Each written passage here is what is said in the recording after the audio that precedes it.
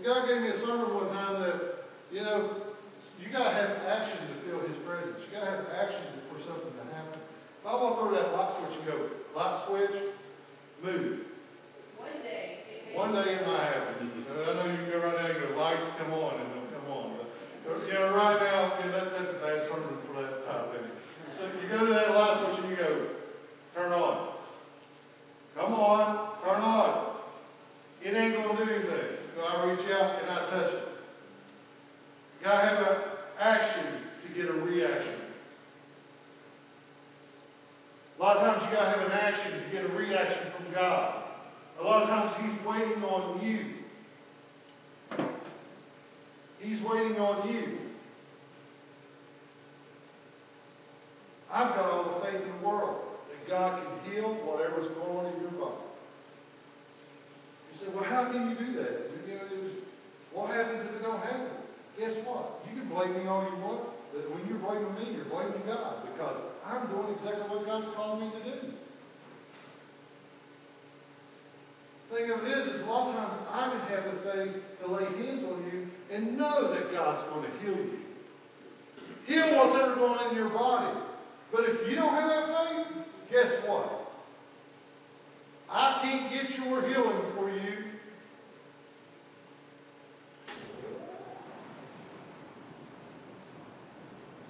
A lot of times we have to be standing upon the Word of God. A lot of times, if there are things going on in our minds and we can't get focused on God, you need to think over it and get it out of the way. Because you need to start concentrating on God. You need to start putting God first, because when you put Him first, everything else falls in place. How many times I got to tell you all that? You know? 1 million, 3 million, 4 million more? Just keep beating it in that head.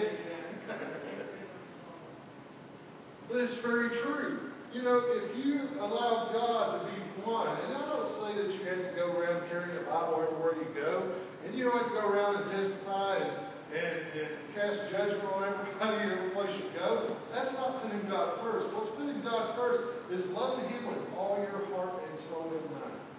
And in that part, you want to get into the Word, and you want to read the Word and find out what the Word is saying, because God will show you things. So, well, I don't understand it. Well, get you a Bible you do understand it. They've got 5,000 translations these days that can speak your language, whatever you want. See, the thing of this, if you're just reading the words, I don't care. You know, me and Ray was talking about this just a few days ago. When you read the Word, it's totally different than just going around listening to praise and worship music all day. You know, I can think, well, I'm getting close to God. I got my music on all day. I'm filled with goosebumps because I'm driving down the road. I'm thanking Him, woo, thank you for your presence and everything. But when something comes against you, guess what? That woo becomes, Why? Because you don't have the Word inside you. Why do you think I stand up on Philippians 4:19? God will fall on my knees through His riches and glory by Christ Jesus. Everything I do. Why is that? Because Satan would love to try to come against me and get my mind upon different things. Get my mind upon, you know, this bill or that bill or this money and that money. And next thing I know, that's what I'm doing everything I can to pay all this stuff. When I find out, just turn it over to God. 9 times out of 10, it's always there. It's always there. I don't have to worry about it. I don't have to doubt it. I don't have to sit there and fret about it. I just got to speak it, believe, understand that God is in control. When God is in control, things start happening in your life. Relationships that you're supposed to have will happen. Jobs that you're supposed to have will happen. You go around, and I used to go around and go, why is it that we just keep getting our heads against the wall? Every time I turn around, why is it? What am I supposed to be doing? Just when I can see the light of day, all of a sudden it would just swallow me up. And I'd go, what am I doing wrong, Denise? I wanted her to tell me. Do I need to go back to college? What do I need to do to make a living for us? What is going on? Why can't I not get out of this rut? I've been there. I'm just being real honest with you this morning. I was there. And immediately when God called me to do what I was called to do, and I said yes to that calling, everything fell in place. And at that time, it wasn't even being pastor. It was being youth pastor. And when I got into that, God really started blessing us. When I finally, I've told you all time and time again that, when I finally just gave it all to Him and says, here am I. Do what you want to with me. That's what it is that I have to God. You're no longer in control. I remember laying there on that bed and I'm going, God, I don't care where you drag me to. I don't care where you take me to. I'll do it. I'm tired of banging my head against that wall every time I turn around because I'm in control. I'm done over it. I am fed up. I'm up to here with it all. I am done.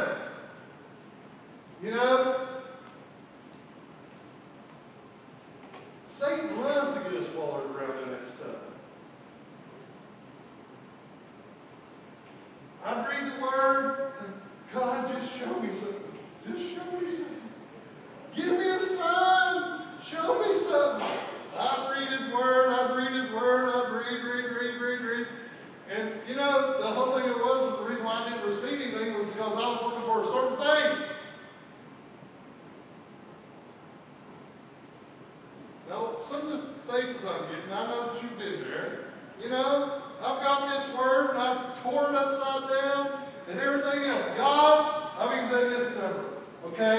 You show me what's on the read. Okay, I'll read that Word. Okay, I'm going to read this right here. What? You want me to do this? No! Let's try it again. So I close it back up, open it up again, let it fall open, and go poof. All right, right there. No, that ain't what I need either. If you're seriously looking for the answer from God, read His Word. Know what the Word says. Get it in your heart. Get it in your mind. Because let me tell you what happens is, see, when I started reading and finding out, I started with Genesis and I decided, I really need to read this. I need to find out what all these stories are about. I've heard about all of them my whole entire life. But there was a lot of things in there that never came out. That when I started reading, I started seeing, and I thought, Lord, how did I miss all that?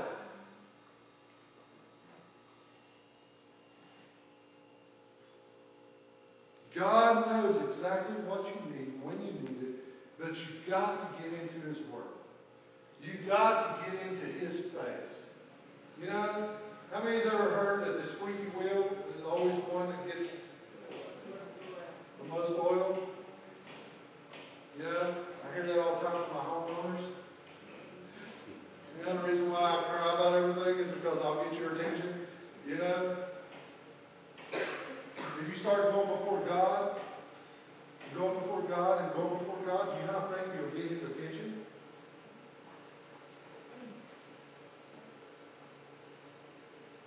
Do you not think that you'll get His attention when you start calling out on His name daily? Our prayer that we do here, I do that prayer every morning before I leave for work.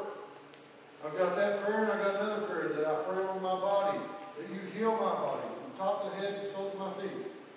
Regenerate every bone, joint, liver, tissue, organ, cell of my body. Because this is the day that you have made. I quote that prayer every day over my body. Because there's times I wake up in the morning, especially digging out in the yard and moving furniture around and everything, I'm going, oh, my legs ache, my hips hurt, my back hurts. I go there and go, I definitely need to read this morning.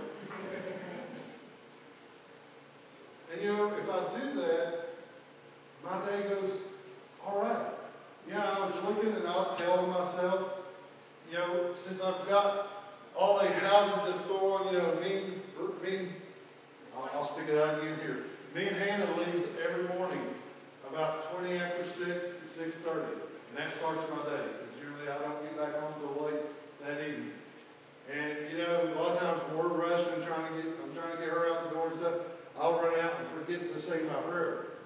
And I always know it as soon as I get the first phone call. Where's my prayer at? I'll even run to the house to get it. Because I know if I don't, my days are going to be down the tubes from that point on. And I had this one house, and it seemed like I told everybody else, I said, the next house I have like this, I'm going to anoint the ground that's going to be built in first. Because I think this one was built on an Indian burial ground, because everything that could go wrong went wrong. And it wasn't just me, it was all of us. Every trade I had an issue. And I started looking at that and I thought, God, what is going on here? He goes, have you been saying your prayer? That's what it was. And I went back and I thought, God, forgive me, please forgive me. Started my prayer out and everything that went wrong started turning around for me. Everything started coming back together quickly. The mistakes that was going to cost thousands and thousands of dollars ended up only costing hundreds of dollars. And that's how it works. And when God gets your attention, you need to start listening and seeing what He wants, because only He wants is for you to have what you need. And He also wants you to have your wants.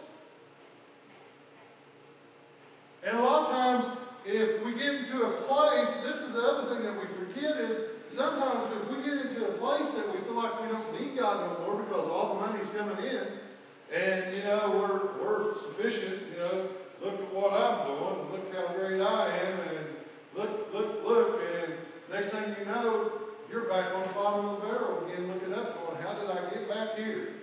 I knew I should have saved my money. How many guys that works for me that says, back in the heyday, I wished I wouldn't have blown all my money and I'd have saved some of it.